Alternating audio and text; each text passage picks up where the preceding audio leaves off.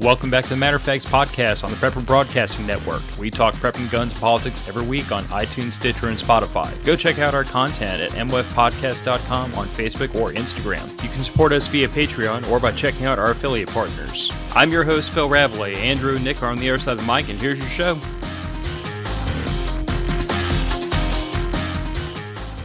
I was this close to forgetting to click the buttons from our cameras. I was this close at the last second as the PBN logo is rolling. I'm like, shit, click.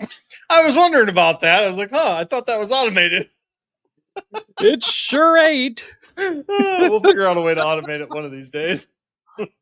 Holy Jesus. Snatching victory from the jaws of defeat. That is this show all freaking over. Hey, man. I'll take the win. Yeah, you got to take it where you can get it, man. Mm-hmm. All right, I see Jim Rawls. I see Raggle Fraggle, my other local Louisianian. I see my wife. Let's go ahead and get this show going. So, welcome back to the Matter of Facts podcast. We occasionally talk about guns, prepping, and politics when we're not in the middle of getting distracted, getting off topic, rambling, ranting, displaying like undiagnosed, high-functioning autism, all sorts of fun things. But we usually try to have a topic, and tonight it is Rate My Shit Part 1, because the idea here, to prevent this from being a 2.5 hour long melee, is Nick is going to bear all of his sins. Yes. And I am going to rate them. Now, there are rules of engagement here. Yes. I'm going to give 2 scores, one for practical and one for cool. Fair enough. The 2 scores have nothing to do with each other. There will be things that are very practical and usually, as a result, are not very cool because they're very practical. Some very cool stuff is exceptionally practical. Very few. There will be things that are very, very cool that are horribly impractical. Oh, absolutely. And Nick is free to argue if he feels like I've been unnecessarily uncharitable about any of his stuff. Or unnecessarily charitable. Because there's some stuff in there that's questionable. I'm sure. Before we let Phil forget the admin work. We are going to do the admin work, and then we're going to get to the topic. We're going to try to keep this to about an hour because I have to do a quick editing job tonight. I'm taking the family on vacation as soon as we get home from work tomorrow, so it's going to be like this is going to get done tonight. And then tomorrow I'm going to back the truck into the driveway, go from the driver's seat of that truck into the passenger seat of the Jeep, and we are blazing. Nice. All right. If you'd like to promote bad decisions by becoming a patron, that link's in the show description. You can become a patron. You can promote bad decisions. You can be the victim of bullying if you do not submit yourself and your checking account to your friends' bad ideas about how you should expand your collection. True. You might get bullied into buying a chainsaw and night vision and a shotgun. To be fair, the chainsaw and shotgun are very valid. Oh, they are, but I was still bullied. Oh, you were definitely bullied endlessly. The bullying continues despite having acquired a chainsaw. I will say that I really do enjoy my chainsaw when I get to pull it out. I'm perpetually on the lookout for a very reasonably priced, much larger chainsaw. Because that's what happens when you get really large saw. Just come hang out at my house. Well, so here's the thing. Like we've had this conversation. Power a moped. I have an MS-251 with an 18-inch bar on it. It is like a pretty decent mid-sized chainsaw, but it struggles a little bit with a really, really big log. Yeah. And if I ever end up in another Hurricane Ida, I'd really like to be able to cut a very large log. So it's one of those things where, like, a saw with like a 15 to 20 cc bigger engine, something that could throw a 22-inch bar without trying, would be nice. Yeah, that's fair. I think I've got a 32-inch bar on my big saw right now, and that's too much saw. I mean, it's got a 3/8 wide chain. It's too much saw. Yeah, that's a chunk. Anyway, back to admin work. If you'd like to buy merch for the Vibes from the Southern Gals, that link's in the show description. You can support a small business and support this small business because we do not take, let's see here, big gun money, big pharma money, big food money. We don't even make PMAG money on this show. We don't even get like CIA fed bribes, which reach out. I mean, I'm bribable. I mean, I'm just saying that if the CIA is going to be throwing friggin' money at like third world countries all around the world for regime changes, the least they could do is drop a pallet of ammo in both of our backyards. That just seems reasonable. It seems like a good use of our tax dollars. Yeah. Another good use of our tax dollars. Prevent war crimes with Disaster Coffee. Code MOF. This is your weekly reminder because we don't do subscriptions anymore to buy coffee. And our 2 new coffees have gone live. There's s'mores and there's pecan pie. Well, I'm making a second order of coffee then. That is also my intention. I'm probably going to wait till I'm about halfway through this vacation just to make darn good sure I'm home by the time it lands on my doorstep. Yeah, you don't want it to cook in the Louisiana sun. Well, I don't want it to sit on the front porch while we're gone. Exactly. It's just begging for things. Yeah. But I am going to try both of those. I actually just ordered 15 pounds of green beans that are sitting back there on the shelf, which means I'm up to like, I don't know, 30 to 33, 34. I've got 6 unopened bags at 5 pounds each and then 1 open bag back there. So if I end up having to be a warlord, I have to keep my minions happy by supplying them with caffeine. That's fair. That is my long-term plan. Also, I might retire as a coffee baron. Well, there you go. I see your wife has also joined the madhouse. That'll be fun. Yes. All right, let's get to the business. What is this? Business. What is this? Right. This banner that showed up. Before we start, I just want to say a couple things about brand loyalty. Look, there are brands that make exceptional of certain products. There are other ones that are dog shit. Yeah. One of the things you're going to see regularly throughout my gear, not even just in this, but in later times when we do other gear stuff, I don't always buy the most expensive, best gear first. I buy reasonably okay quality and then run it till the tires fall off, find out what I liked and disliked about it, and then I will replace it with something incrementally better until I hit a point of diminishing returns. That sounds reasonable. So, for instance, I've got some 511 pouches on some of my stuff. Great. Guess what? 511 airsoft pouches, they're made of mostly the same nylon as everything else. Now, they're not like NIR rated at all. But Stitching may not be quite as good. No, but they're amazing for the quality, for the price that you pay for them. I mean, I've got one set that I just retired that's 17 years old. What was it? A 3-mag shingle that was on my plate carrier for 15 years, 16 years. My God, it's good. But don't feel like you've got to stick with, like, say I've got a piece of HSGI gear, the high-speed gear. Good stuff, some of it. Some of their stuff is just wildly overpriced for what you get for it. Yeah. And then as another example, sometimes you get into like Rebel Raiders gear where it's like, it's all shockingly so far, great quality. So far proven to be very, like, everything he makes, and he doesn't make a ton of stuff yet, but he has a lot of irons in the fire, a lot of potential products he's developing, but like a lot of everything he makes so far, because I bought one of everything. Yeah. It's very high quality. It's very well made. It's very thoughtfully produced. I have to admit, it's very well thought out. I do have a couple critiques, and we'll get to those. I'll tell you what, I've actually sent him critiques. Like, said, hey, dude, love your stuff, but I noticed like there's this one thing could have been done a little bit differently. And to me, it doesn't even matter if he doesn't take my advice or not. I really do. No, but he's the kind of guy that will at least look at the trends and feedback and say, okay, this is the problem everybody has. Let's fix it. I'm very quick to point out to him, like, some of the things that I'm pointing out are because I'm using the gear in ways you didn't necessarily intend. Yes, and that's actually one thing we're going to get to somewhere in this. All right. You want to start? You are going to drive, and I am going to comment, sir. Go for it.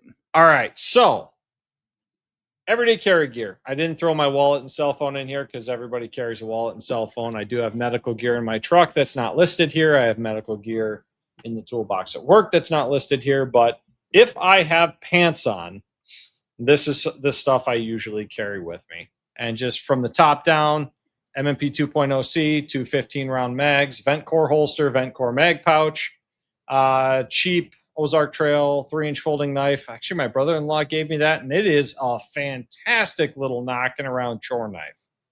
It just works. It holds an edge very well.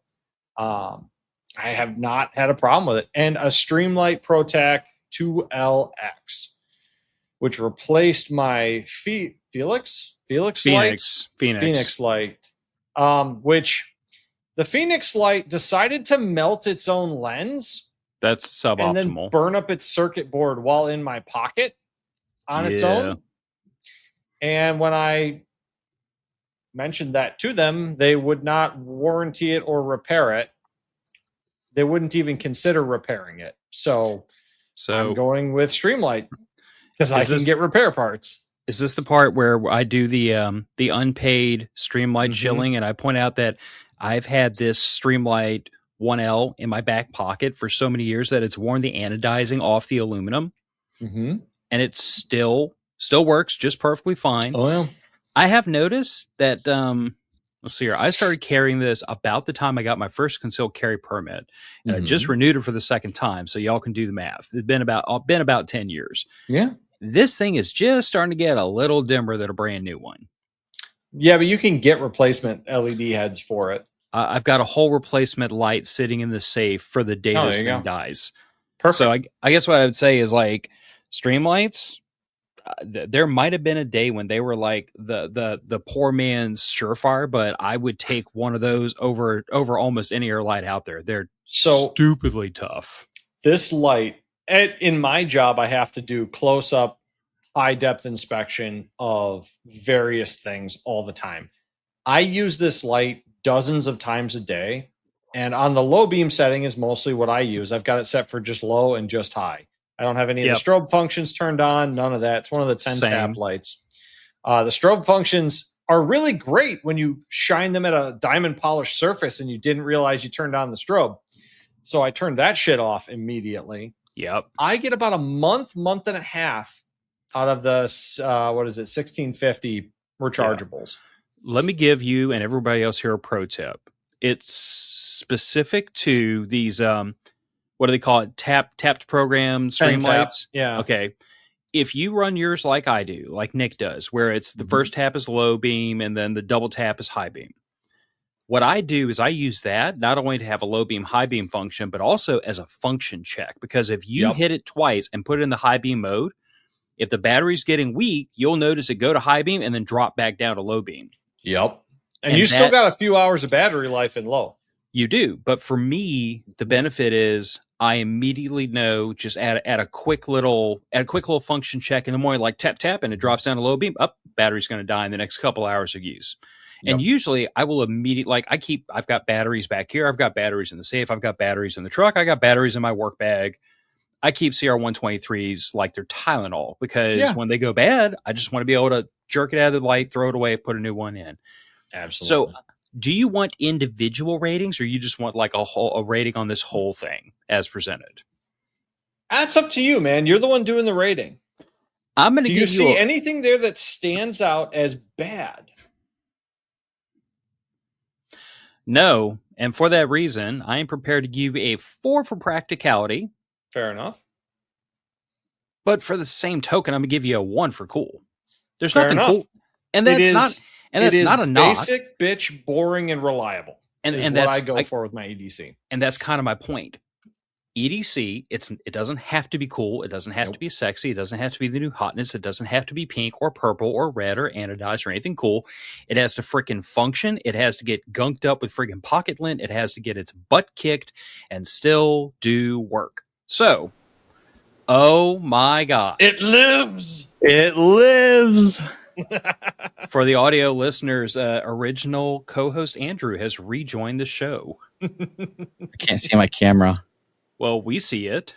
Am I crooked? No, I think you're good. No, but if you deep throat that microphone a little bit more, they're all gonna laugh at you. Not as much as Nick's kit. Good. So, are you around just to pop in and say hi, or are you sticking around for the whole hour? Ooh. Nice. Stick around for the whole hour. Awesome. Fantastic. So I broke speed limits so I could try to get this everything all booted up on time, just so you guys know. Nice. We appreciate the effort. We do. Yeah. We do. And then I was like, oh, crap, where's my headphones? Crap, where's my... Because I don't have everything all at once. So I'm like, where's everything at? But no, I want to come on and say hello. And fantastic. And you have is that the MMP Shield, Nick? 2.0C. Oh, 2.0C. Ah, okay. Oh yeah, the subcompact. All right. Mm-hmm. That's the one I'm damn sure I burned the barrel out on already. I'm trying to source a new barrel, and they no longer make 4-inch barrels. Story of your life. Yeah. How did you burn up a barrel when you live in Illinois? Well, you see, aren't you restricted to like ammo count? Yeah, we are 15 round mags for pistols, but I also have 15 of those 15 round mags. Nice. So funny thing, and I want to give a shout out to Faxon barrels? I never pronounced the name right. Faxon. Yeah. So I have an MMP 2.0. So I don't know. Maybe that picture just doesn't do it justice. Like that looks like the subcompact. It's the 4-inch. Yeah. So it's the compact. The subcompact is 3.6. Yeah, it just that picture. It looks like it looks scrunched. So it must be like it does. It's the angle I took the picture at, probably. Yeah. Okay. Yeah. So I have that same pistol. I have the MMP 2C, and so I want a threaded barrel because I live in a place where I can still get suppressors for now. Michigan is still going retarded, but so I wanted a threaded barrel, and I bought like one of the only place I could really find that was a reasonable price because I didn't want to like spend $500 was Faxon. Nice. They're drop-in barrel. It was threaded, fluted, everything. Like I'm like, sweet, awesome. I love Faxon. I love their barrels. Good reputation. Bought it. Shot like shit. Did not cycle. Did not do anything. I put a suppressor on it. Did not cycle. Did not do what. Like I was like, holy crap, this sucks. So I reached out to him. Like it was probably a few months, maybe about a month. They finally got back to me. They're like, hey, sorry, your email got lost, blah, blah, blah. I'm like, all right, cool. They sent me a replacement barrel. That one did not fit at all. Like not even close. And so I reached out. So I reached out to him and I was like, hey, this is what's going on. And I took pictures and everything. They sent me another barrel. And I'm like, all right, cool. The third one they sent me was like, so they sent me one. I bought one, did not fit with crap. They sent me another one, did not fit with crap. They sent me a third one, and they're like, third time's a charm. And I'm like, all right, hopefully it works. He goes, I test fit it in a 2.0 here that we have in the shop. Hopefully it works. It fits just fine. And so I dropped it in, fit like perfect. So I sent the other two back, and I was like, hey, I appreciate you doing all this stuff. So shout out to Faxon for freaking like 1,000 awesome customer service and everything. So if you need a freaking barrel, go to Faxon. Like not paid, not nothing, but go to freaking Faxon. They're amazing. Yeah, anyway. I'm thinking about picking up a 4 1/4 inch to stick on there because it will fit and function in that firearm. Yeah. It'll just stick a little bit out of the slide, and who really cares at this point? Bandsaw it off and crown it. Well, so bandsaw. Yes. Jesus. No. Bad Phil.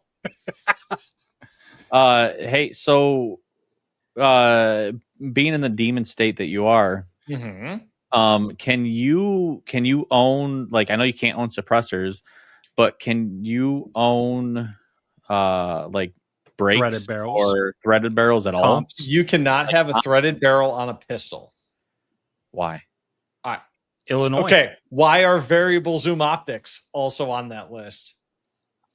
Because they're scared of the people. Yes. Because they don't understand firearms. That's the answer. They don't understand firearms, and the entire point was to get Pritzker some street cred when he runs for president in this next cycle. But Andrew, to read you in, so here's the rating system. Dude, I'm voting AOC all the way.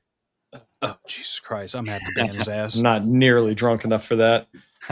Anyway. So 2 scores, 1 for practical, 1 for cool, 1 to 5 scale, 5 being the most practical, most cool, 1 being the least. On what? His whole thing right here? His whole this setup. That's how Phil rigged it. He rigged it, kind of like the primaries. Yes. So, I mean, so it's a vent core mag pouch, Ozark Trail. Okay, streamline. So why don't you have a light on your pistol? See, because I don't like the idea of limiting. At the time when I got this, I couldn't get a weapon mounted light holster for the pistol. And I've not felt it necessary to do that because I've trained with the light separate from the pistol.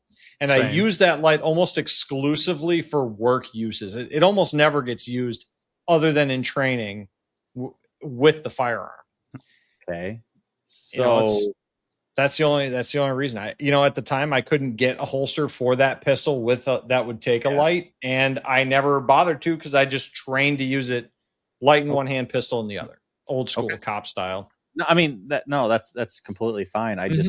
I guess my biggest thing is in today's technology with the lights that they have, especially the stream lights, the 7A. Those. You stick that on the slide and, I understand like, okay, hey, I have my flashlight. I already have it in my pocket. Okay, cool. My biggest thing is why have one hand on the light when you can have two? No, I understand that entirely. And it's a little bit of a training scar, and it's a little bit of just the fact that this is the gear I already have. So I keep running. It's the same reason why I don't have a dot on this gun yet. Is number one, for the longest time, I thought they couldn't correct for my astigmatism enough to make the dots usable. And I got some new prescription glasses, and they are so much better. I can now run dots, and I probably will. And in that point, I'm going to have to upgrade my holster to a different holster. I'm going to probably get a weapon light as well. Why don't you just go hardcore and get LASIK? Because I don't like the idea of lasers in my eyes. I'm a machinist. I know how bad these things can go. Yeah, I don't know. So okay, I'm gonna have to recap on the scoring scale here. But so 1 score for practical, 1 score for cool, 1 sucks, 5's awesome. I would say practical. Okay, but how many? 1 through 5. I'd give it a 3. So right. 3 for practical. So I'm going to 3-5 on practical. I would go 3 just because like it functions. You operate it this way. You've operated it this way for years. At the end of the day, when it comes time to throw lead, I don't give a shit if you have a red dot, if you have a weapon mounted light. I don't really care as long as you can operate the thing and you're efficient. At the end of the day, I don't care as long as you're safe and you're efficient. What about a cool score? Cool score, probably a 2. Oh, so 1-5. All right, I'll take that.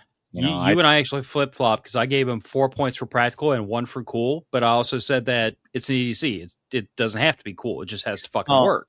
No, it doesn't. She just got to work. It doesn't have to be cool. So yeah.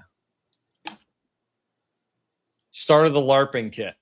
And this is where I have a criticism for Rebel, and it's not a criticism of the quality. This plate carrier system was not designed to run with SE-TAC shotgun mags. It was designed to be run for an AR-15. All right. But I can tell you this, they fit. Yeah. However, drawing those SE-TAC mags, about 30% of the time, about 3 times out of 10, you'll go to pull that SE-TAC mag out, and it is Velcroed to the inside of that mag shingle. Right. Ooh. And it's a motherfucker to get it out. I'm talking like got to run a butter knife down behind it to get it out. So how long have we ran this for?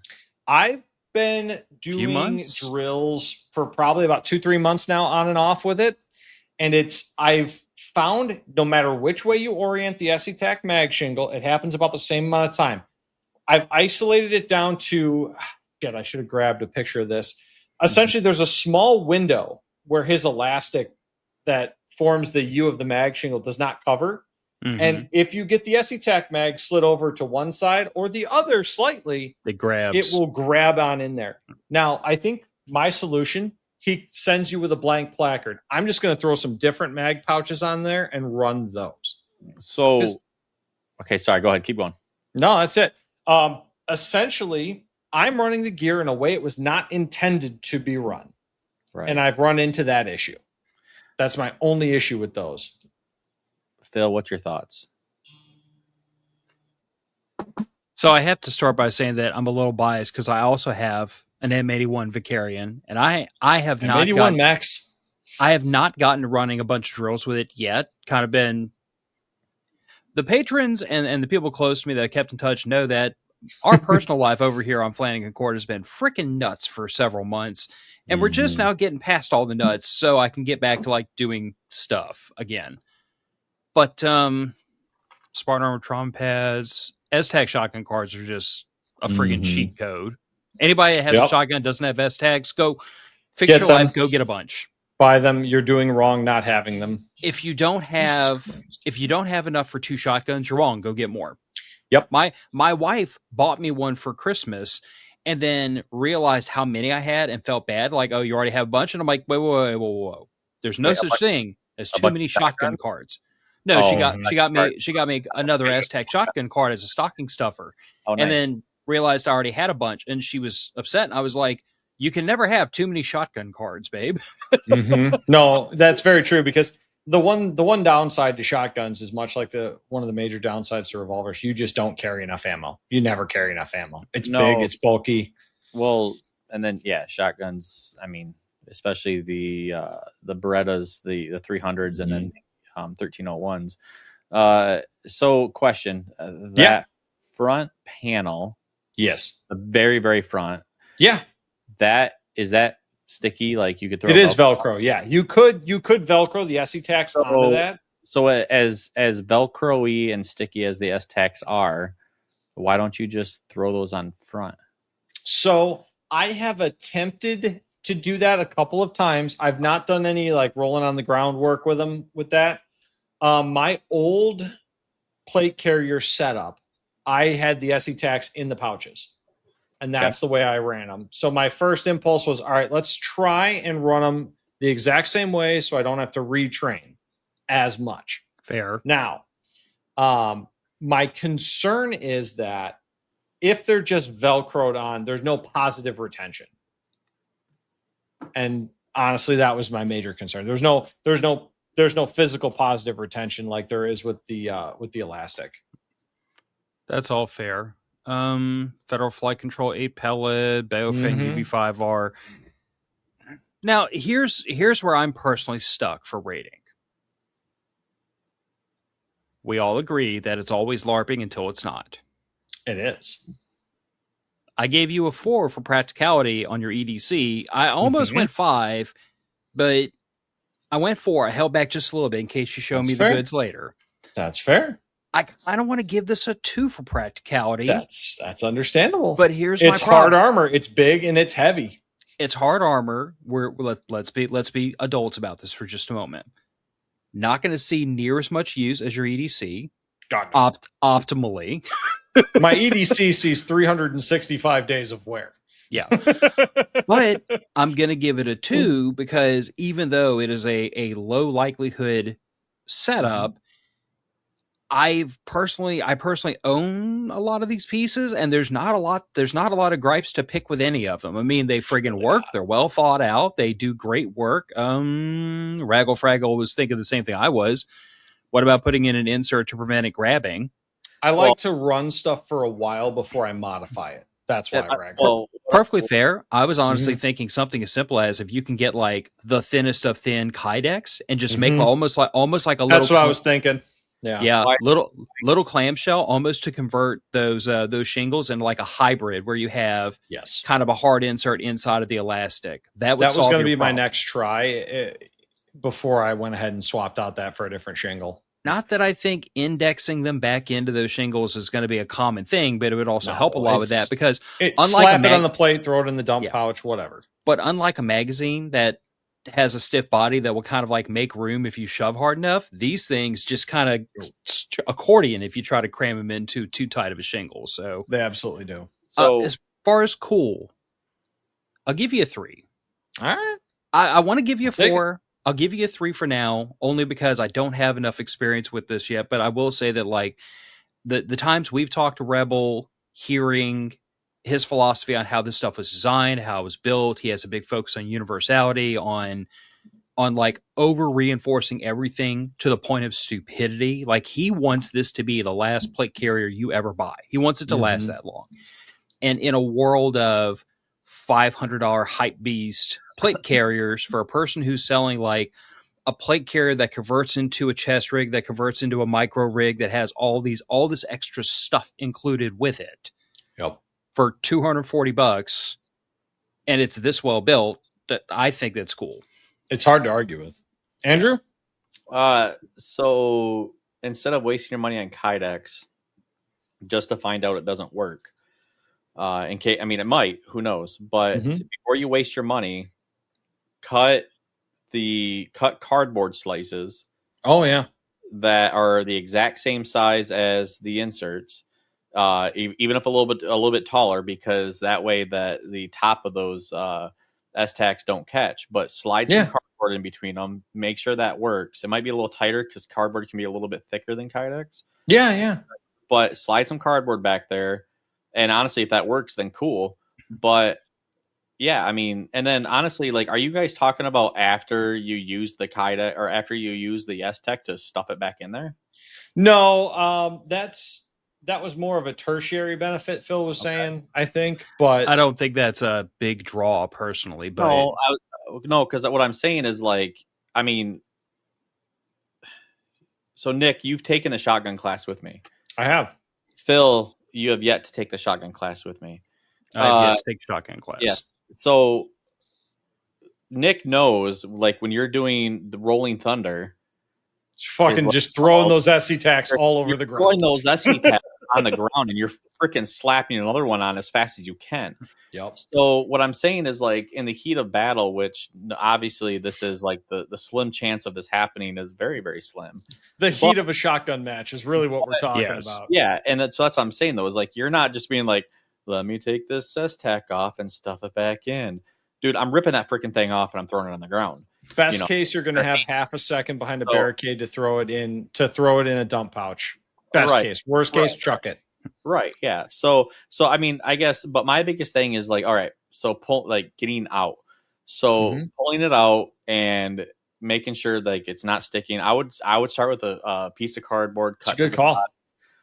Just to see, make sure it works. If you want to upgrade to Kydex down the road, cool, awesome, more power to you. I would experience heavily with like sticking it right on the front of that kit, because I feel like you're not utilizing that kit the properly way, or you're not utilizing that kit to the fullest potential. You could be running a primary secondary, which is like, if, honestly, if you're thinking about this as SHTF kind of thing, you have 3 placards, or you have 3 of the S-Tech on front, Velcroed, because you and I both know, all 3 of us know how sticky those S-Techs are. Yeah. If you stick them and you're rolling around, they're not going to come loose. Maybe not. I'd have to test it a bunch. You're going to have to get pushing through brush and shit. Yeah, test it through. Yeah, but if you're crawling through brush, dude, like, freaking, you're in trouble. Oh, hell yeah, you are. Oh, a shotgun is not going to be the gun that I grab. Well, but yeah, at the same legally speaking, it's what I can train with currently. Yeah.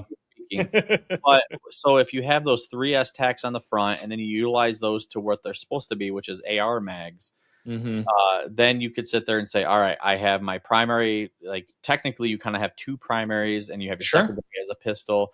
But definitely, but yeah. So anyway, practicality, I'd say, like, probably like a 3.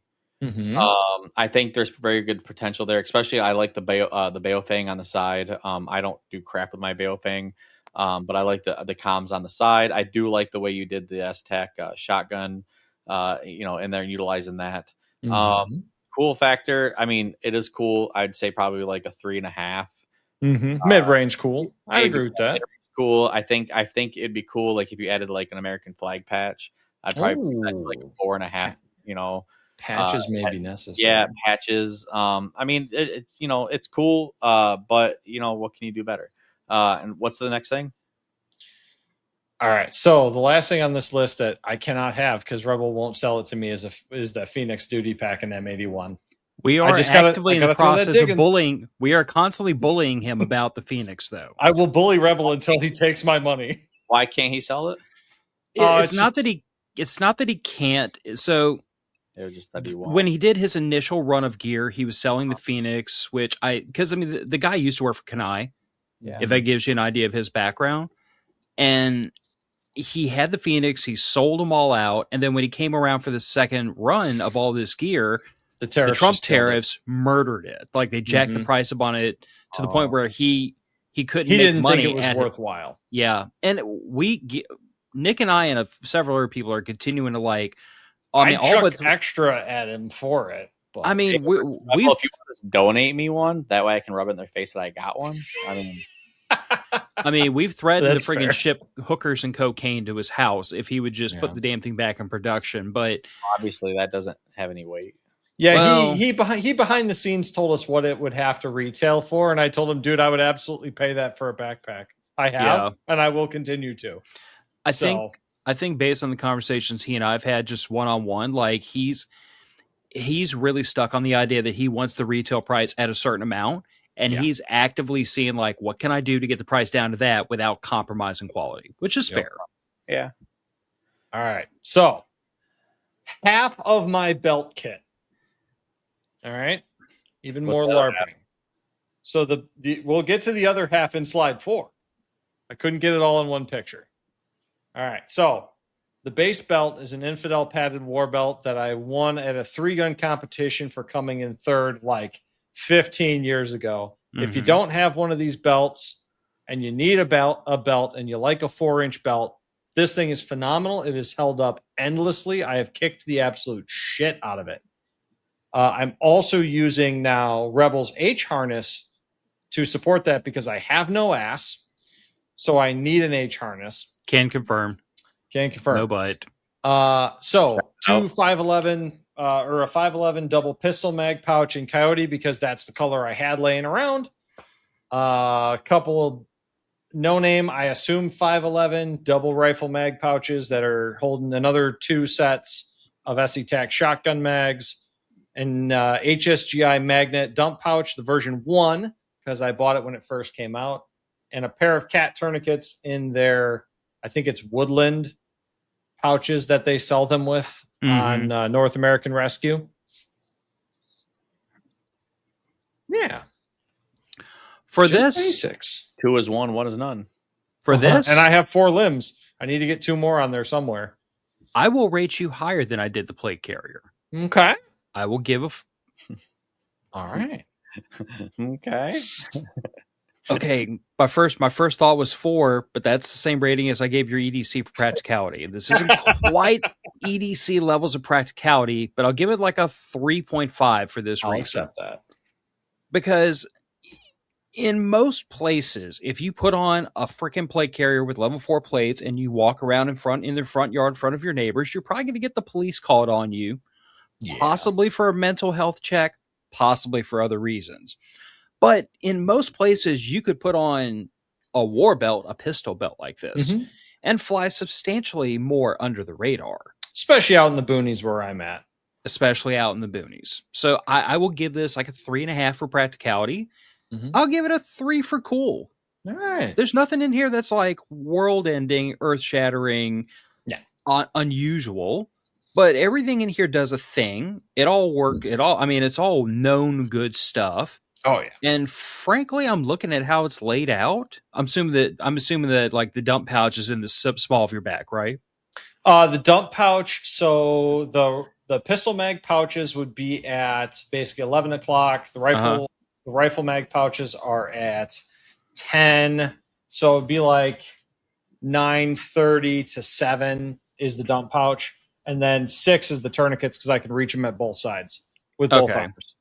That's the only reason. My tourniquets and my IFAC, which you'll see in the next slide, are all right in the middle of the small back. I will stand on business with a 3.5 for practicality and only a 3 for cool, only because even though on my belt I also have something in the small of my back, I still to this day like I try to fight against that so hard because you got to bear in mind when I was in Iraq, I did vehicle ops, and there's nothing more annoying than not being able to sit flat against the seat back because you something like, sticking you in the back, propping you up. It's just interesting thing about this kit though. All of that stuff in the small of my back sticks out almost exactly the same as my plate carrier when I'm wearing it. And that's fair. That's fair. Go ahead, Andrew. I mean, I guess I would score the same as Phil. My biggest thing is the tourniquets. So you have your tourniquets. So one of these days, put your belt on, sit in your seat in your vehicle, and pretend that something happened. You got to throw a tourniquet on your leg. Your right arm is injured. And so you have your left arm, and maybe you got into a vehicle accident, what have you. Grab a tourniquet, put it on your leg. Sure, that's fair. And I used to have 2 more tourniquets on my plate carrier, and I am working on finding the place I want them on this plate carrier. Right. So that's all I'm saying is like. No, I think it's very fair. So that's very fair. Having them always on the small of my back, I'm not super happy with. Right. But all I'm saying is, just throw one that's a little bit closer. I don't know what holster you're running on this. We'll get to that next slide. But I would move at least one of the tourniquets up closer to the front, either on your mag side, like close to the mag side, or on. We'll see what happens when you you'll see. It's pretty well out of real estate. Yeah, but that's why there's only 2 on the belt, and there's going to be there will be probably 1 on either side of the plate carrier eventually. Well, I mean, but that's the thing though too, is like 2 is 1, 1 is none. I believe that wholeheartedly, but you can also have so much to where you're overcrowding. Oh, you absolutely can, which is why the belt is kind of stayed where it's at. What do you think for rating, Andrew? Like I said, I think the same as Phil. Like, all right, 1.5 and 3. All right, let's go to the other side here.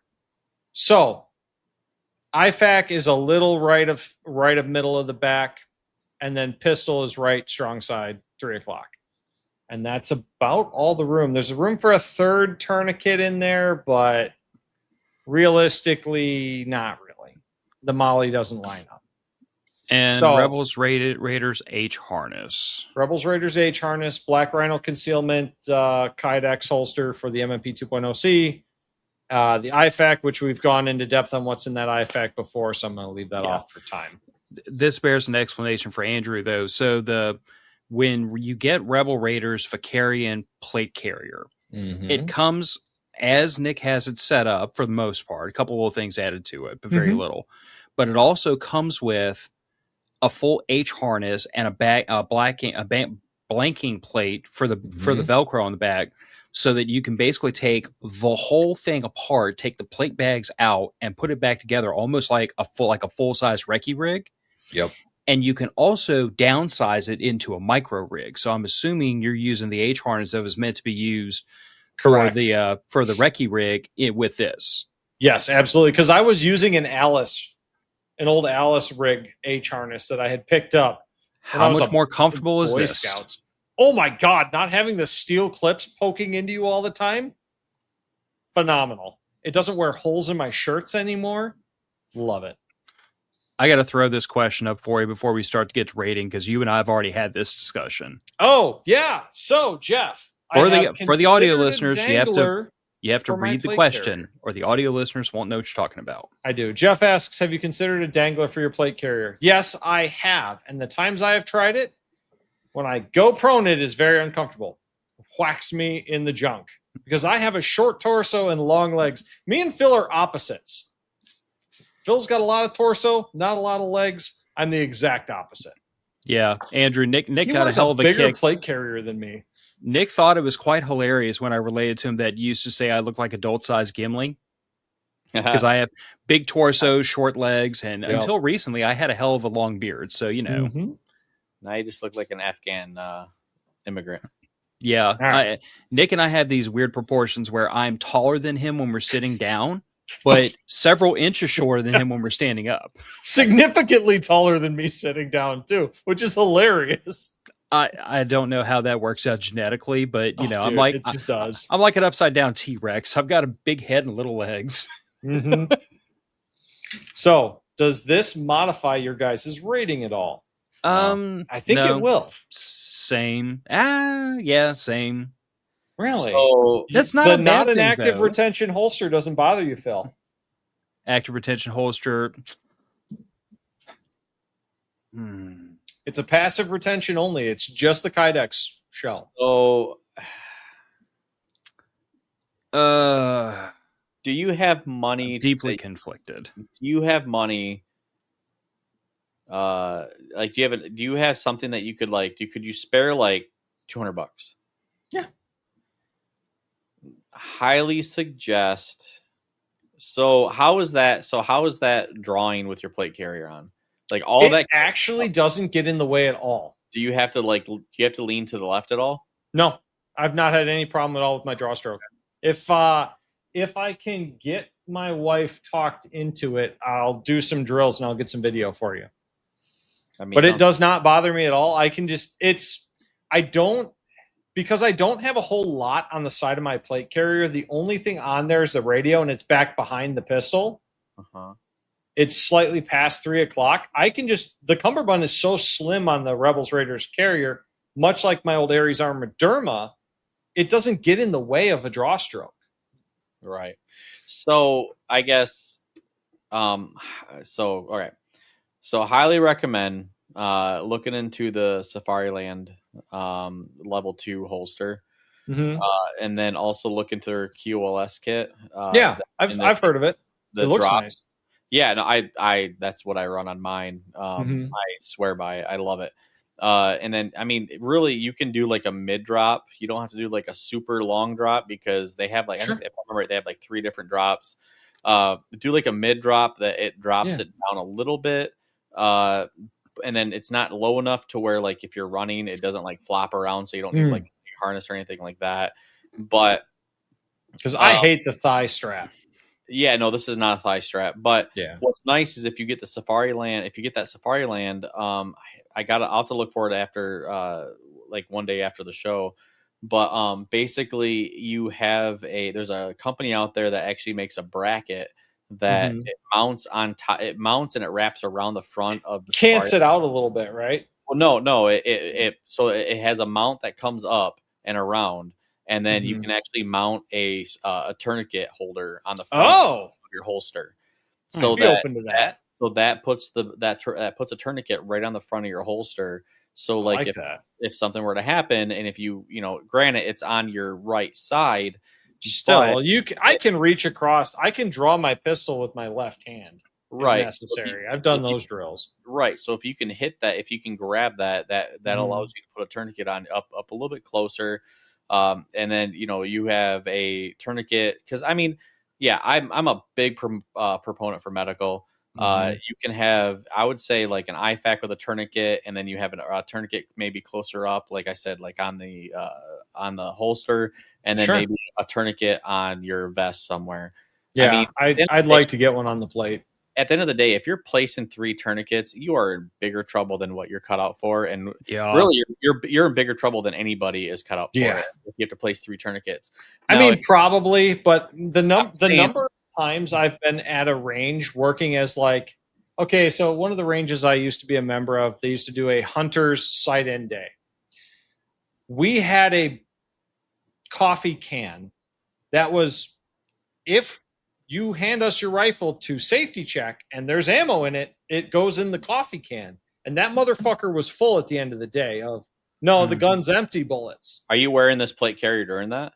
I did it during that, not this one. I was wearing an Ares Armored Derma because there was enough guys walking up with loaded rifles.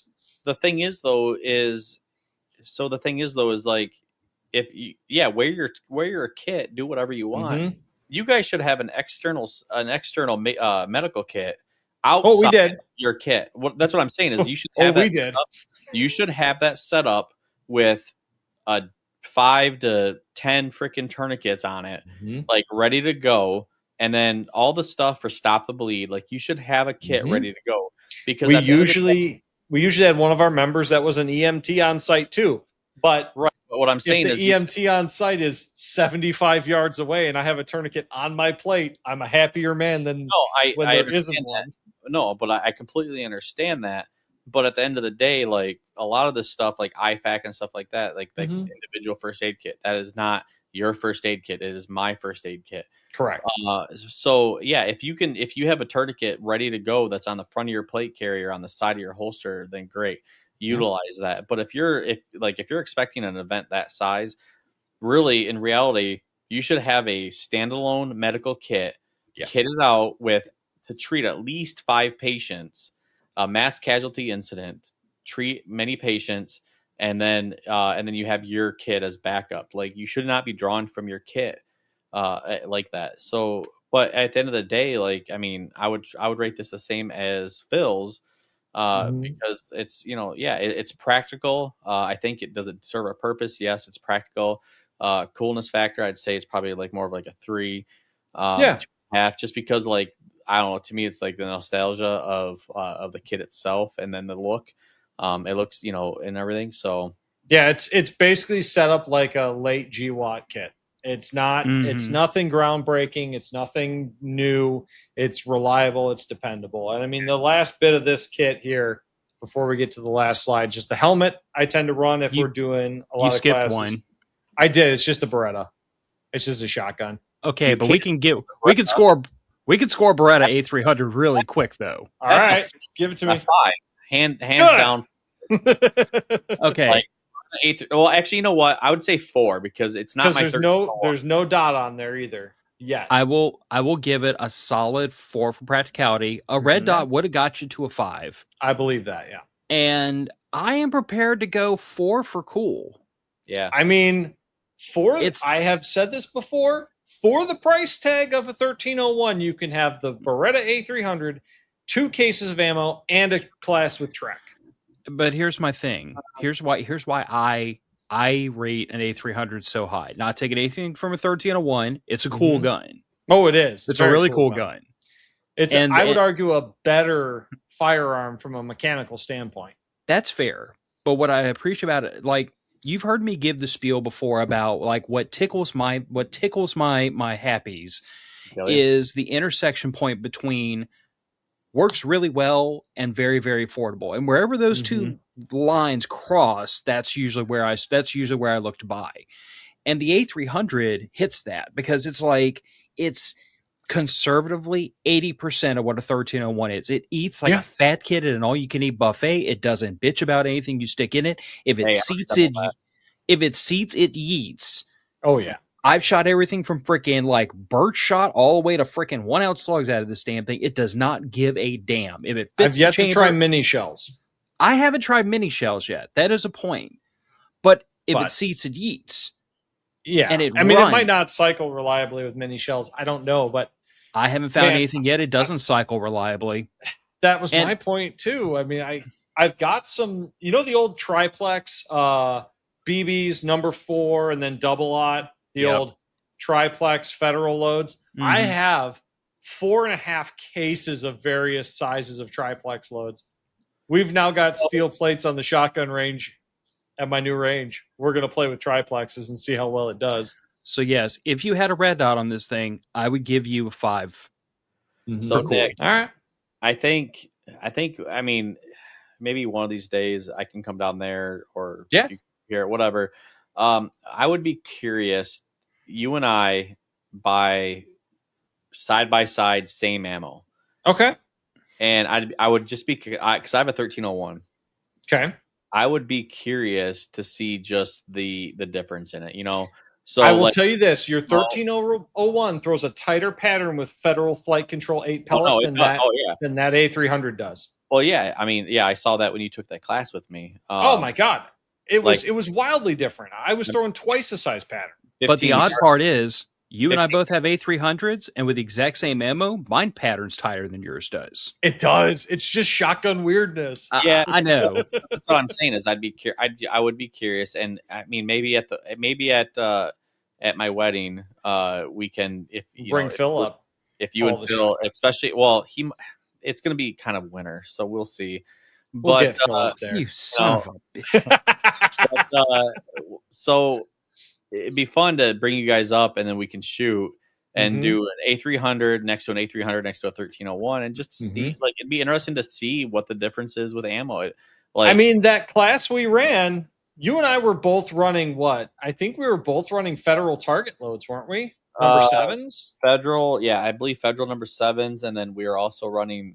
We also target practice with target with some of the Federal Flight Control 8 pellet, with the 8 pellet, Federal Flight Control, and at 15 yards, mine was still like a boulder going through the chest. Oh my gosh, yeah, it was like getting hit with a slug. Yeah. So yeah, but I agree with Phil. I would say a 4. You would have been a 5 if you had a red dot, which Mr. Peasant, I don't know why you don't have a red dot on that thing yet. Hey man, it's just one of those things. Dude, you can get a good hollow sun. I say good hollow sun very exaggerately because it's for probably a tenth of the price, or what was it? Yeah, a tenth of the price of what I paid for that Bridgeport mill I just put in my garage. A 507 comp is like, that's what I'm looking at. The chef's kiss on top of an A300. It's reasonably priced. It's got a little bit of a bigger window than the 507 does. The 507C is the compact, isn't it? Yeah, I probably meant to write comp instead of C. Because the 507C is what I'm looking at putting on my EDC pistol, and the 507 comp was what I was looking at on the shotgun. The 507 comp is perfect. And interestingly enough, and this is just the way it works out with mine, but when you set it to my favorite reticle, which is the Dono Death with the pip in the middle, I've got that pip zeroed for a 25-yard hit with a slug. Nice. And at so far, at any range from like almost point blank all the way out to 25 yards, most of my double-aught buckshots fall within the Donut of Death. That's what you want right there. That's just perfect. It scales so perfectly from like 7 yards out to about 20. I mean, I guess it depends on budget and stuff like that. If you want a killer red dot on top of that pistol that you have, a Steiner, dude. The Steiner MPS, I've had that. I haven't seen it. Oh my god, like, dude, the Steiner MPS. Granted, you're looking at the Steiner. You're looking at a Steiner optic. And I think they're like 500 or 600 or something like that. Oofa, yeah, they sounds are. Fair. It's a closed emitter, and that's the thing too, is you got to take account is it closed or open emitter, because you have an open emitter, you have the chance of and I've never had this happen before. In some training, I had it happen with a little bit, like it wasn't too hard to clear. Oh, dirt getting down in the emitter. Dirt or snow, especially for an EDC pistol. Yes, because this is under my shirt every day. Yes, I am not a pro. I do not claim to be a pro, but for EDC, I highly recommend closed emitter. I can understand why, and I was leaning that way myself. Yes, it just closed emitter. That way, dust, debris, lint, belly button lint, whatever have you, does not get inside of that. And then when you go to pull, you're like, oh crap, I gotta like blow it out because I'm hosed. So anywho's. So just because you couldn't see the Baofeng and I couldn't get the helmet in the shot, Baofeng with an upgraded Nagoya antenna on it. It just works. It just works. And the helmet, because I forget to duck. Some of the classes I was running, we were in an old barn and the doors were short. I am tall. You can't really see it in the pictures, but there's a bunch of scratches on that helmet where I've whaled my head into the door. I can confirm those ballistic helmets are bump rated. Nice. Excellent. I would hope so. Yeah. They do actually a really great job. How heavy is that thing? That one, that's the Hardhead Veteran ATE Gen 2, so it's not as heavy as you would think. It's not uncomfortable. I would say it was lighter than my like dirt biking helmet back in the day. But I haven't weighed it. Yeah, I like the Hardhead Veterans. There's something missing on that helmet. Nods. I can't. And my Peltors, because my Peltors are currently in lawnmower mode, so they have the headband on them. I can't place it. What's missing, Phil? Something about right here that cost about 4 G's. Yeah, about $4,000 missing right there. God. Yeah. I would say cool factor went down to at least a 2. I know. I was honestly going to give it a 2, and it's not a knock against it. It's just it works. It's not as cool without the nods. I understand. That's why I threw the helmet in here, so you could razz me on it without all the accoutrements. But it's really hard to dog on a Baofeng because even though they kind of get sneered at as like the poor man's ham radio and spurious emissions and all that silly horse shit. I mean, there are more people crawling around in the woods running Baofangs than freaking any ham radio out there, and they just work. And best of all, they're so freaking cheap. You could buy a baker's dozen of the stupid things, throw 3 of them in the lake, and not give a damn. Yeah, and that's my wife is correct though. Our master bedroom will probably cost near as much as the nods would. So bedroom comes first. Does it really? Yeah, it does. It does because my wife is perfectly fine with half of the garage being dedicated to a milling machine right now. So she gets the master bedroom. He does have a pretty cool wife, dude. Yeah, no, she's Very cool. I admit. I mean, both of our wives and your fiance have to be pretty cool because they tolerate. They're with us. They tolerate us. That's like instant cool points. Oh, absolutely. So, LARPing, but far away. Remington 700 in Uh-huh. the chassis. I keep looking at that and I'm like, where's the suppressor? And then I'm like, oh wait, you live in I'm in a communist hellscape. funny thing. So I just took a long range shooting class, stabilized long range shooting class. So we were shooting out to like roughly 500 yards on tripod. Everybody except one a-hole was shooting suppressed. Can you guess where he was from? Illinois. Exactly. He was shooting. I'm pretty sure it was a 7mm PRC with a muzzle brake. Got a crack. Teeth. And I was shooting next to him. It hurt. I'm sorry. Holy crap! Like, dude, this guy would touch off a round, and we would get ready. Like, we would see him loading, and we would like back up, like away from the pavilion, like away from the area that he was shooting at. We're like, nah, dude, you could just shoot yourself. I'm selling my 300 Win Mag. Oh my god, we were doing a shooting competition at the very end, and he was like, all right, I'm gonna go. And like the dude, the guy who was running the beeper just to like keep time and stuff, he hit the beeper and like ran. Like he was like, "You're on your own. I can get your time from back here." You know, because it was great. Like, dude, oh my god. Yeah. Anyway, that's not. I like that. I like the setup. The spotting scope is good. What scope do you have running on top of that? Is that a Vortex? So that is a Vortex. Viper 4 to 16. Yeah, Viper 4 to 16 by 50 on. I made the rings for it, so they're machinist habits.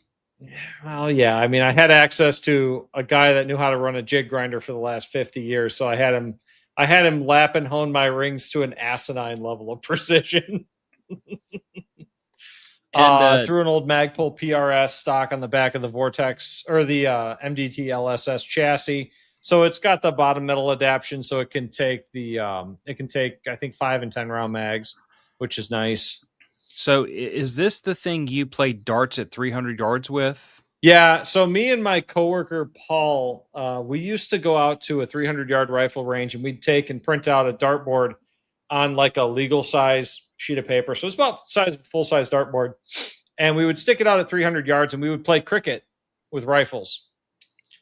And we played, if you bust, you reset to 0.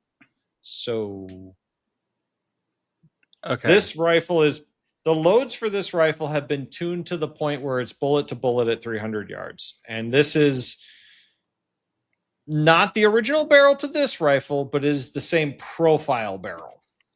Okay. I'm going to maybe be a little out of line here. Okay. But I'll give it a 4 for practicality and cool. Okay. For reasons. Because first of all, that's a 30-06. 30-30, man. You can't go wrong. There's only a handful of things on the continent of North America you cannot stuff into a freezer with a 30-06. And that's largely down to shot placement. You can stuff a moose with an 06 if you're doing it right. So practicality is way up there. Mm-hmm. If it were just a box stock 30-06 Remington 700, it wouldn't get a lot of cool points. But you kind of have to give cool points to anything that you can play darts with at 300 freaking yards. Yeah. Like, I know that the news thinks if you can hit like a torso-sized target at 80 yards, you must be a freaking sniper. But those within the shooting community know that's not that difficult. But being able to play darts at 300 yards with a rifle is kind of a thing. Like, it's a thing. The guy that taught me how to hand load, he shoots 1,000-yard rifle matches with black powder. He would hang out with Eddie and give Eddie a run for his money. They probably know each other, to be honest. In fact, they just might. I should ask Paul if he's met him. I mean, if you've met him, you have met him, and you will not forget him. Yeah, the same goes for Paul. All right, so what do you think, Andrew? Practical and cool. I mean, practical, I would say 4. Okay. I mean, it serves its purpose. You have your, I mean, obviously when you're scanning, you don't want to sit there and be like, I'm flagging everybody. So you got your spotting scope and you got your binos. Okay. Cool factor, I'd probably say a 3. If you lived in a place where you could own a suppressor, I'd probably say like a 4 or higher. Yeah. A 4, definitely the suppressor. If you had night vision on the front of that thing, it'd probably be a 5. But I would say like a 3, a 3 for cool. But yeah. Yeah, I mean, it's just, so when I originally bought this rifle, I traded, I think it was a 38 special revolver for this rifle in its original wooden stock, I should say. And it had no scope on it. I was like, well, fuck it. I'll throw this Vortex. I had the Vortex sitting around. So I was like, I'm going to throw the Vortex on and see how it shoots. And it shot. It's like, okay, we can tune that in. Not a problem. And then I got onto, I think it was YouTube. And I saw an advertisement for the LSS chassis system for a Remington 700. And I thought, I'll be damned. That's oddly convenient. Let's hit that sale. So I grabbed that, slapped it in the chassis, threw a random buttstock that I had sitting around in my safe on it, took it back to the range with the exact same ammo, and it went from shooting a 2-inch group at 100 yards, 2-ish inch group at 100 yards, down to 3/4 inch at 100 yards. Just getting rid of the wood. Mm-hmm. So what we know is that wood stock was putting pressure on the barrel somewhere.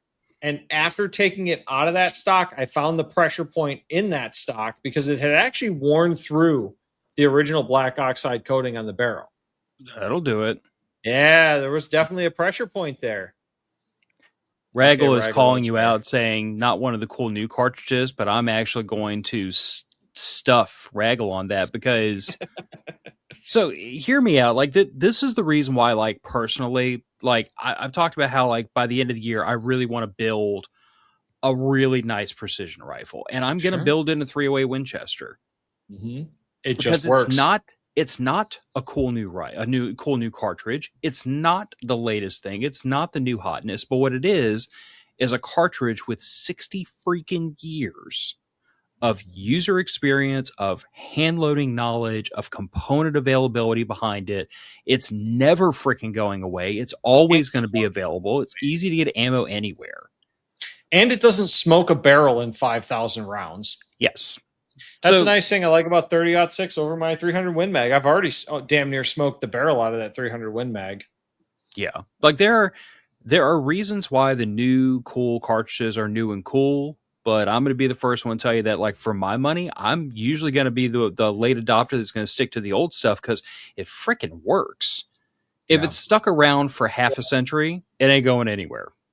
Nah, 308's cool. I'm biased towards 6.5 Creedmoor. Fair enough. It's a great round. But 308, I mean, I have an AR-10 in 308. Love it.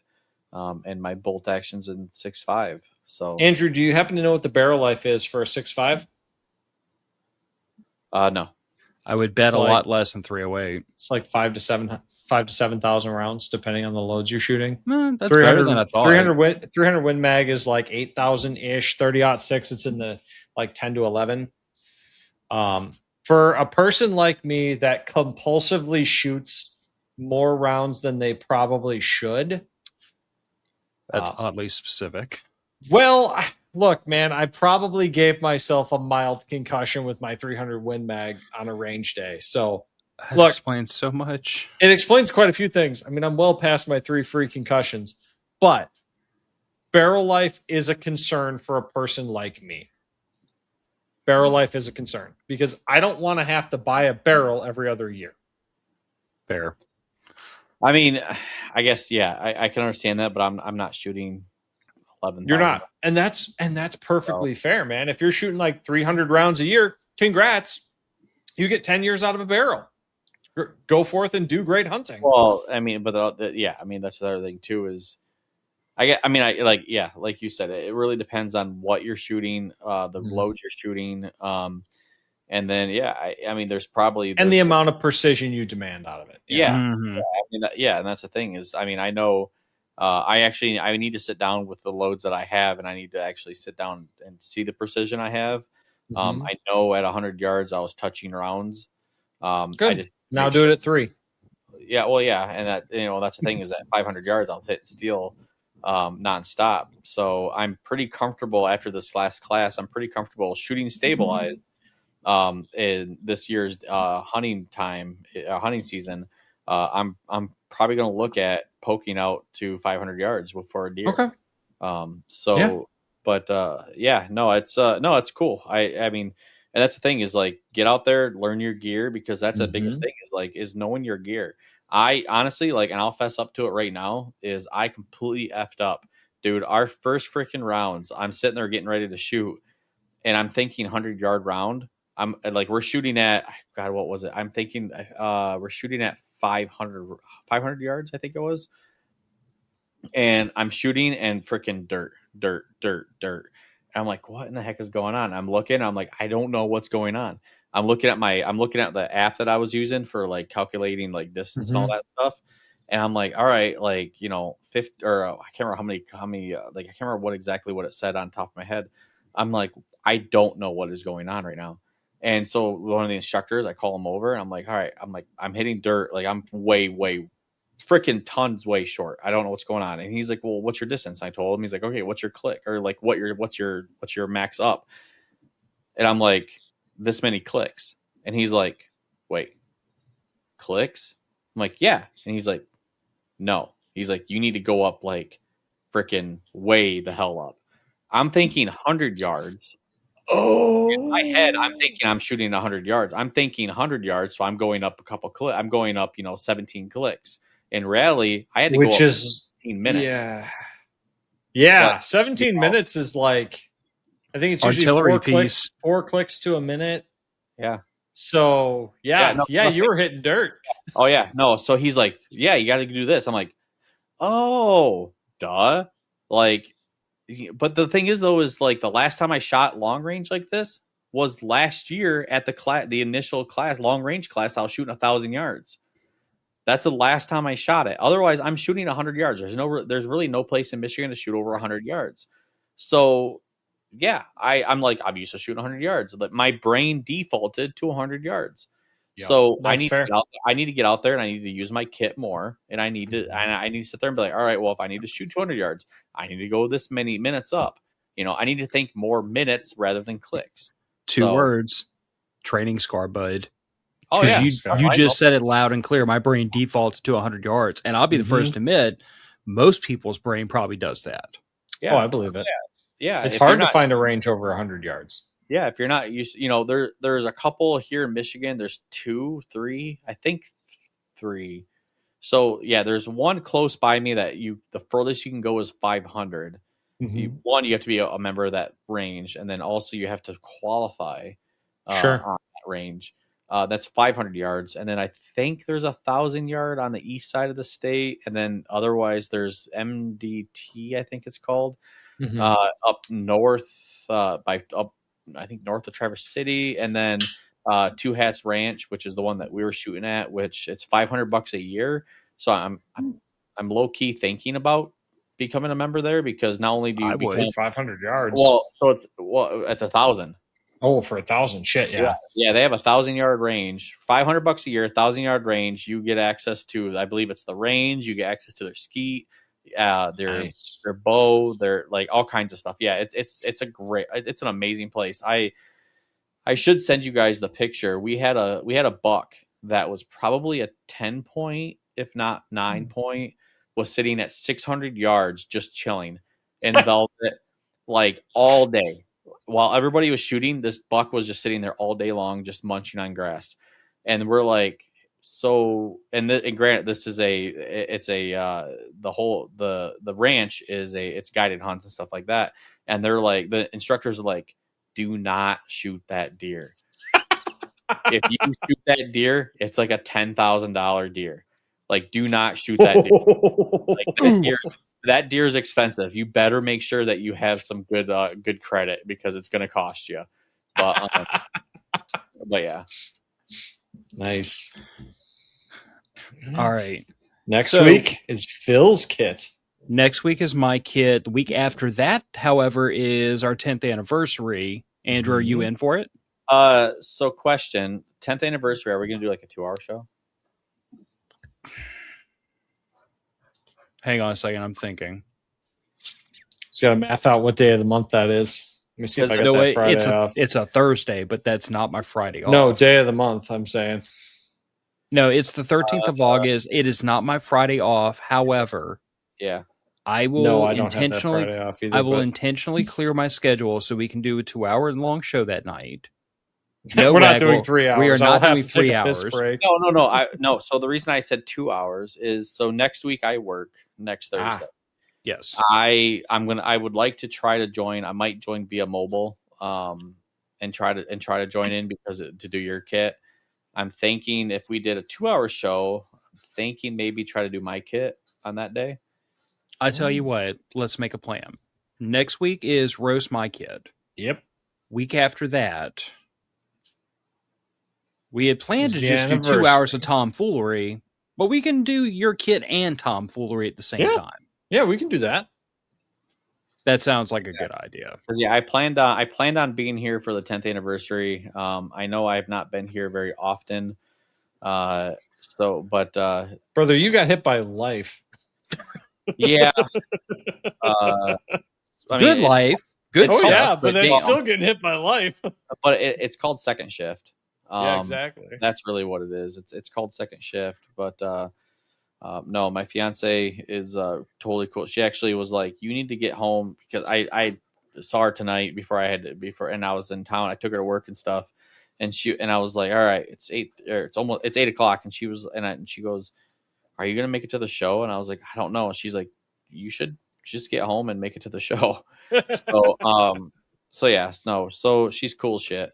I love that girl to death. Seriously. Yeah, she's good people. Yeah, me too.